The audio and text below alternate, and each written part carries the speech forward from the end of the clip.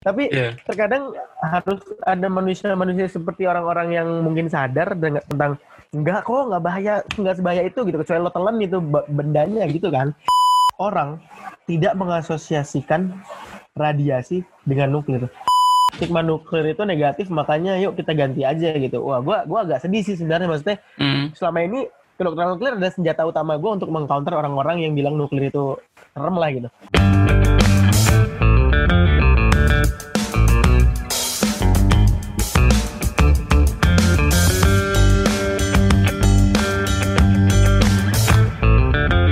Selamat datang di podcast Bicara Nuklir, podcast pertama yang membahas tentang sains dan teknologi nuklir di Indonesia. Di season ini, kita akan ngobrol dengan lebih banyak ahli dengan topik yang lebih luas dan lebih far-reaching daripada sebelumnya. Kita akan gali lebih dalam tentang topik-topik nuklir, baik yang umum maupun yang belum familiar di tengah masyarakat. Jadi stay tuned and let's get radiated.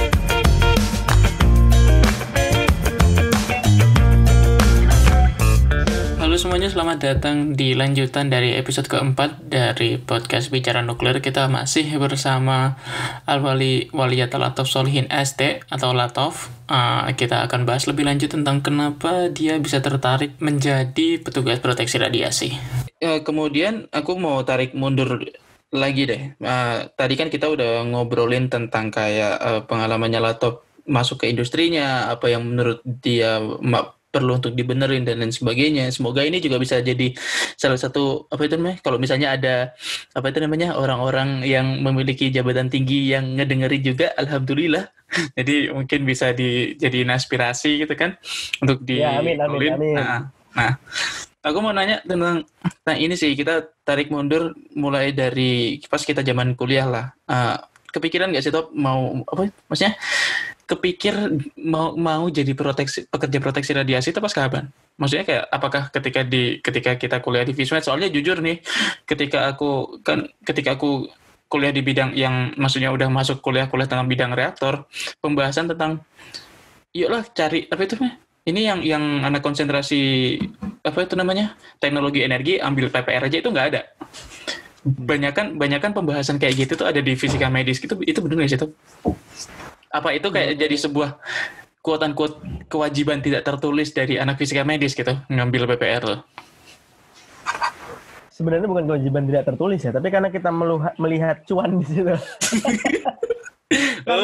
Karena ini kayak nggak tahu kalau PPR itu apa ya? Itu tuh buat kita ya, maksudnya kita sebagai alumni teknik nuklir itu tuh wajib banget sebenarnya tuh. Makanya itu yang lagi gue usahain juga. Lu juga tahu kan Ron, lagi gue mau ngobrolin ke dosen kenapa nggak lulusan kita itu, ayolah gimana caranya kurikulum disusun, diselip-selipin supaya lulusan kita paling nggak punya sertifikat pelatihan PPR, mau medik mau industri apapun itu. Karena itu ketika lo lulus kerja itu banyak banget yang butuh. Dan itu bukan untuk yang di Vismed doang, tapi untuk keseluruhan satu angkatan gitu ya. Untuk keseluruhan, lu mau fisika medis, lu mau energi nuklir, lu mau lingkungan, lu mau ke industri NDT dan lain-lain, itu semua masuk. Karena gimana kita sebagai masyarakat yang paham tentang nuklir untuk memproteksi diri kita, lingkungan kita, keluarga kita, dan tempat kerja kita dari bahayanya radiasi nuklir, kan seperti itu kan? Iya betul. Ya kan, kayak misalkan lu ngerti tentang nuklir, lu nggak punya PPR medik ataupun industri, tapi lu ngerti tentang nuklir dan lo kerja di suatu tempat, pasti kan lo kayak punya entah kewajiban moral atau kewajiban yang secara nggak langsung kan, kayak bro jangan situ bro, itu bahaya lah gitu.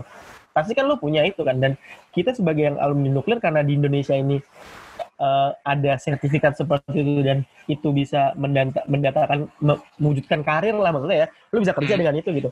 Kenapa nggak kita gaungkan aja gitu ke kampus? Itu yang lagi gue coba juga untuk benahi, sebenarnya nggak benahi juga ya, ditambahkan di kampus kita supaya bisa lulusannya jadi PPR kayak gitu. Dan kalau misalkan untuk anak-anak Vismed tahu PPR itu sejak kapan, kalau gue sih gue lupa inget ya. Sebenarnya kayaknya sih gue tahu deh waktu udah mulai main ke rumah sakit, ngobrol sama kita kan sering banget kelas di rumah sakit.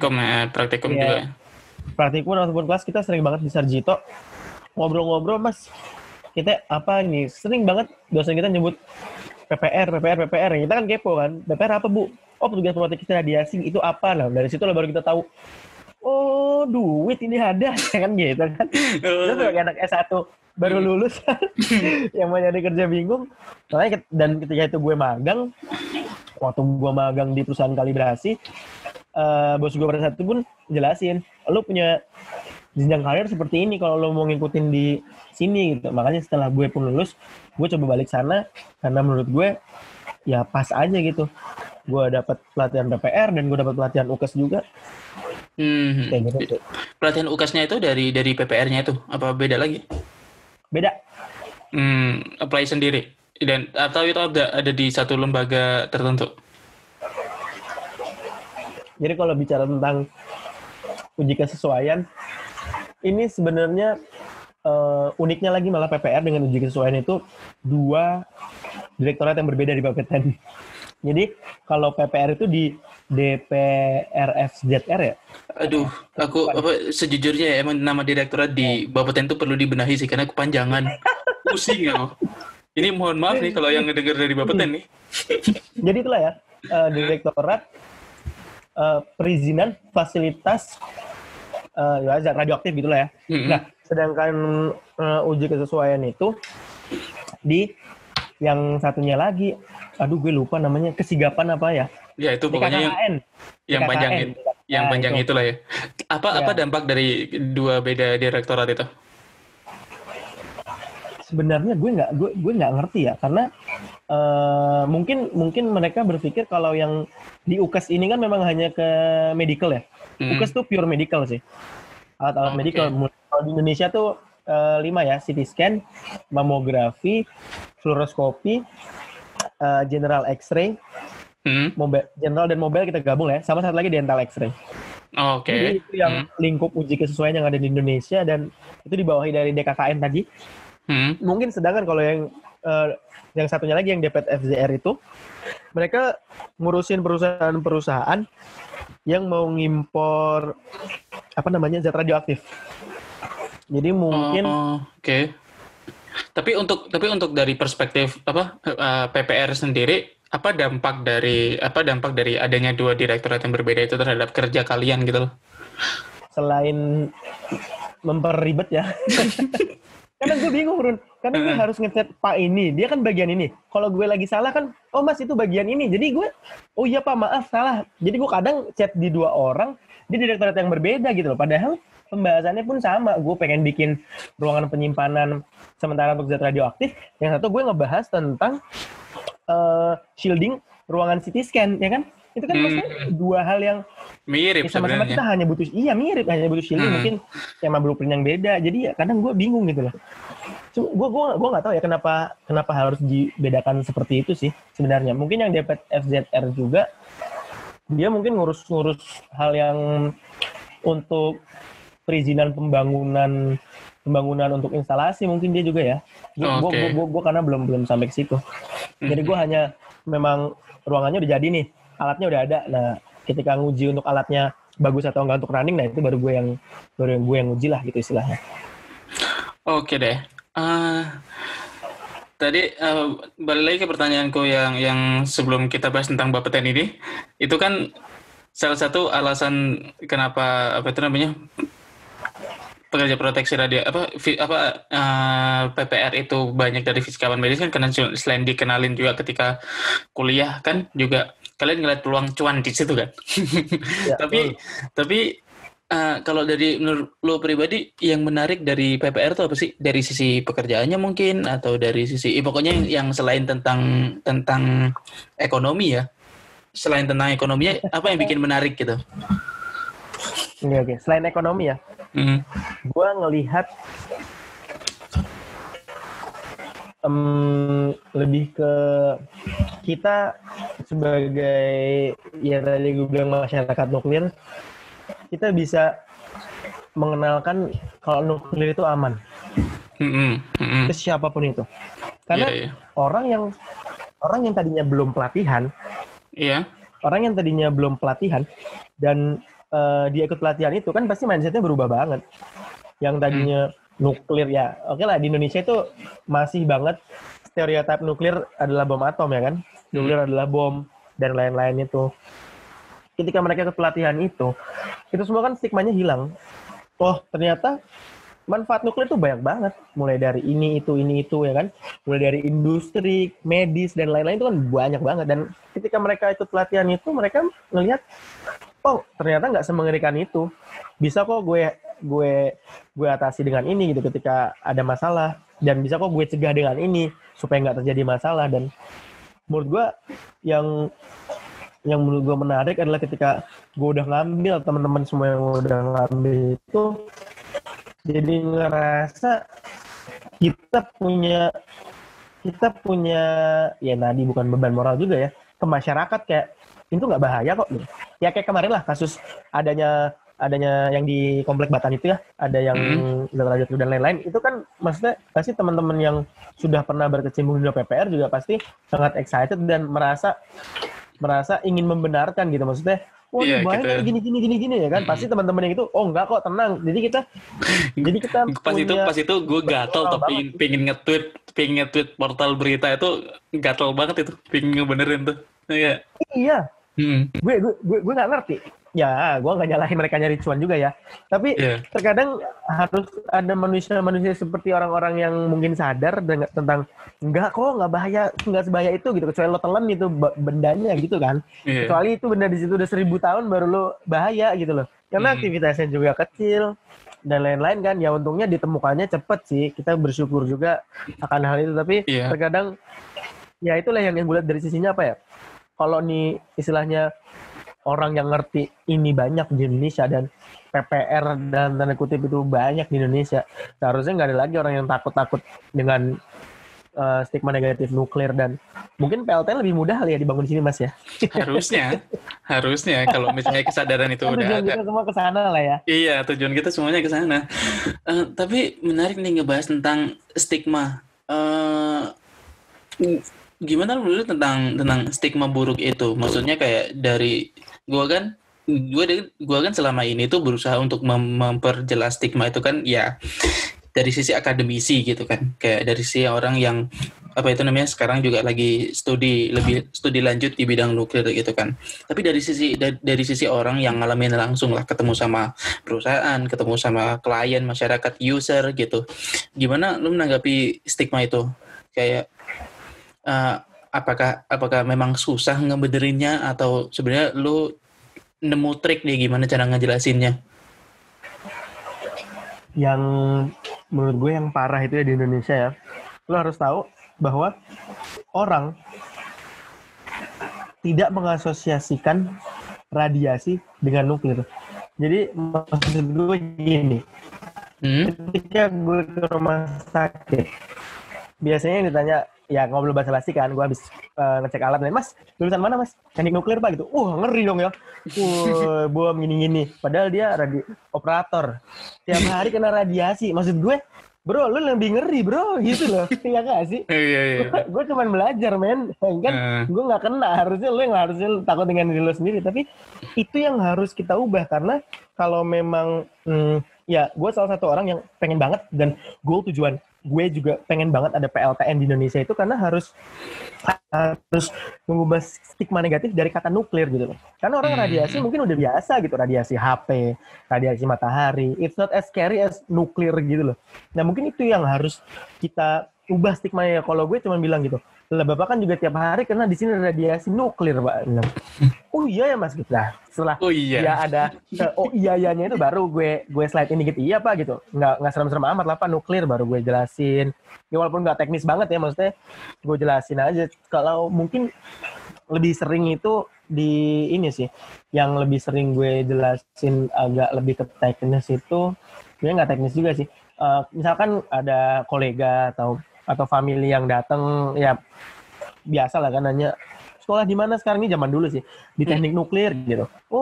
Wah ngeri dong gini-gini ya. Gue jelasin kalau enggak kok, nuklir, maksudnya kalau gue sih jelasinnya enggak langsung matahin nuklir enggak gini, tapi gue enggak kok tante gitu. Kalau saya di bidang medisnya, nah kan mereka mau nanya, loh ada toh, ya kan? Nah baru gue selalu, walaupun salah sih sebenarnya ya, tapi gue selalu mengedepankan kata-kata kedokteran nuklir. Jadi orang itu agak amazed. Ada ya kedokteran nuklir. Jadi dia mengasosiasikan kata-kata dokter dengan nuklir, medis dengan nuklir gitu. Kalau gue ngomong fisikawan medis, mereka bingung, Pak. Iya benar. Kalau kedokteran nuklir mereka tahu, oh dokter nuklir, dokter nuklir berarti kan. Padahal gue nggak punya gelar dokter juga. Iya, kan? iya benar. Tapi mereka paham, oh nuklir untuk kesehatan. Itu yang pengen gue tanamkan ke orang-orang gitu. Meskipun nggak apa ya, maksudnya nggak banyak yang ini juga sih, nggak banyak yang kalau sekarang ya nggak sebanyak dulu mungkin ya ketakutan stigma negatif nuklir itu. Tapi yang gue agak unik tentang kedokteran nuklir tadi malah gue kan join sekali 2 kali webinar yang ya sempat kita bahas di grup itu lalu webinar salah satu himpunan nuklir di Indonesia ya. Nah itu himpunannya cuma satu, Top, sebut aja Top, gak apa-apa Top.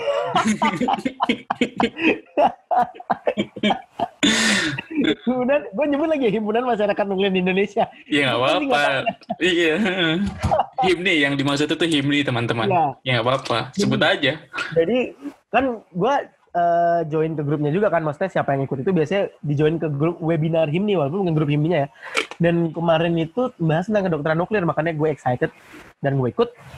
Isinya bagus sih. Itu yang apa itu namanya? Yang pematerinya dari Batan dan rumah sakit itu ya, dari FKUI itu ya. Ada yang dari FKUI itu ya? Bukan? Gue lupa deh, kayaknya nggak dari Batan deh. Tapi ada memang ada satu dari orang FK-nya kan. Inuki kalau nggak salah ya. Oh iya tahu. Sebagai pengimpor kan, pengimpor zat radioaktif untuk kedokteran nuklir. Ada satu dari praktisi di rumah sakit. Kalau nggak salah praktisi RSHS deh. Oh betul. Iya. Nah itu. Apa yang menarik tuh di situ? Gue nge-scroll grup kan, maksudnya salah satu masukannya adalah kenapa nama kedokteran nuklir nggak diganti aja? Jadi supaya orang-orang tuh nggak takut dengan bahaya. Jadi di situ malah beliau ini mengencourage kalau stigma nuklir itu negatif, makanya yuk kita ganti aja gitu. Wah, gue agak sedih sih sebenarnya, maksudnya selama ini kedokteran nuklir adalah senjata utama gue untuk mengcounter orang-orang yang bilang nuklir itu serem lah gitu. Nah, makanya kalau sampai itu kejadian sih, aduh sedih juga sih. Tapi kayaknya nggak digubris deh, karena susah juga mau diganti dengan nama apa gitu. Soalnya kalau dari istilah resmi secara internasional pun juga nuclear medicine kan? Iya, nuclear medicine betul. Dan yang kalau ditranslasi di Indonesia literally kedokteran nuklir gitu kan? Iya betul. Oke. Mungkin terakhir nih, dari perbincangan kita nih, tadi sempat bahas tentang gimana ngebenerin stigma orang-orang. Nah sekarang nih lo kan udah berada di posisi, bukan di posisi, sedang bekerja di bidang praktisnya. Otomatis pasti ketika ya Lebaran lah pasti tanya, kerja di mana sekarang? Wah, jadi pekerja proteksi radiasi. Ngapain itu gitu? Lo gimana? Stigma orang gimana kalau menanggapi kayak gimana nanti keluarganya aman nggak gitu-gitu? Kayak mungkin kalau yang bidang lo nya mungkin lo udah tahu lah. Tapi kalau misalnya orang nanya tentang gimana orang-orang di sekitar lo gitu-gitu, lo responnya gimana? Kalau gue sih, ini yang gue dapet juga ya dari, gue lupa dulu waktu kita kuliah atau praktikum ya. Ketika ada orang nanya kayak gitu, dan ini sampai sekarang masih gue jadiin jawaban nih. Ketika ada orang nanya, gimana itu? Bahaya nggak itu? Ya kan buat istrinya, buat anaknya gitu. Ya, buat istri, buat anaknya gitu. Ya, gue jawaban gue cuma satu, maksudnya kalau emang itu bahaya, kalau itu emang membahayakan dan nggak baik, kenapa sampai sekarang masih ada? Itu aja pertanyaan gue. Maksud gue sampai sekarang tuh ya kadang kan diasosiasikan dengan kita ya sebagai sarjana teknik nuklir kan, kadang bilang bahaya nggak tuh gini kan, ya kalau bahaya kenapa sampai sekarang masih ada gitu, kalau lebih banyak mudorotnya gitu kan. Yang kedua ketika tanya gimana tuh bahaya nggak, aman nggak gini, yang gue harus tekankan adalah gue kan sebagai orang yang harus memastikan itu aman ya kan.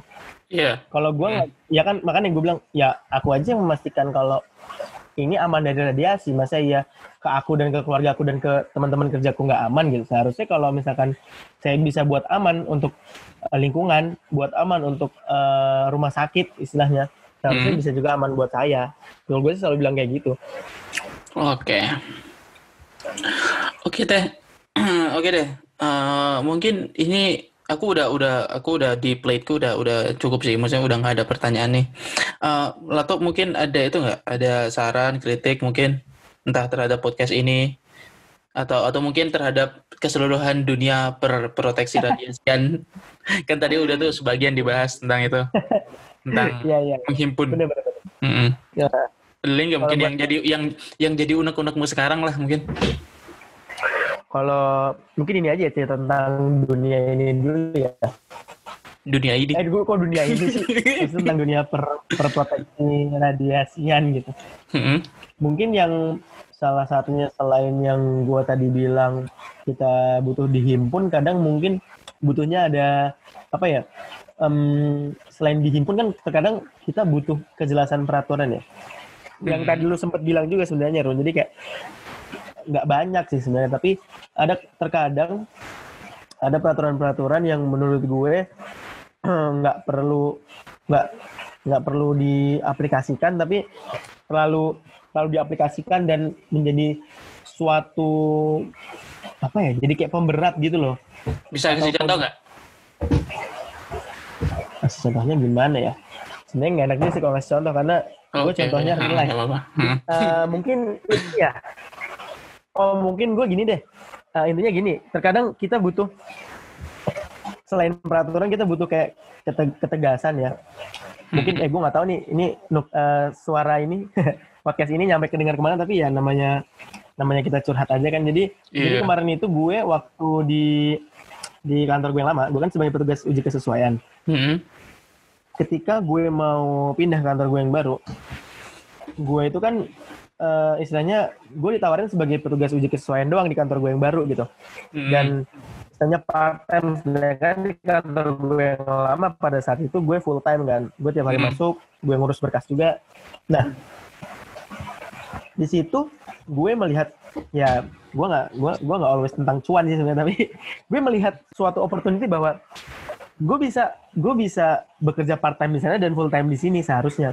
Karena untuk pekerjaan uji kesesuaian itu kan balik lagi sertifikatnya adalah pribadi, nggak harus menghidupi suatu institusi. Seharusnya gue bisa kerja di dua tempat sebagai representatif yang berbeda ya kan. Gue bisa ketika kantor gue yang satu minta gue ukes di sini, oke. Kantor gue yang dua minta gue ukes di sini, ya udah jalan gitu kan.